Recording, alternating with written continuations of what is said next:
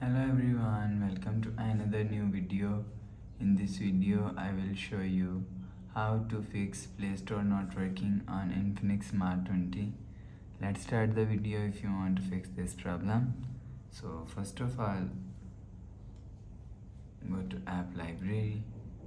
Here click on Settings App. Now in Setting, scroll down and click on App Management. After click on App Management, click on App List. After click on App List, scroll down and search Play Store from here. Click on Play Store app and click on Storage and Cache if you want to fix this problem. So clear cache Play Store app. After clear cache Play Store app, go back to home screen. You will see your problem is solved. But if it not solved, if you want to fix this problem, so check your internet connection.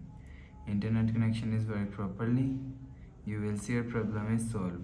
But if it doesn't fix this problem, so last solution is restart phone. Just click and hold on side power button and click on this restart icon. Again tap on this restart icon, you will see your phone is restart. After restarting, enter phone pin and you will see your problem is solved. So that's how you can fix Play Store not working on Infinix Smart 20. If you like the video, please subscribe. Thanks for watching.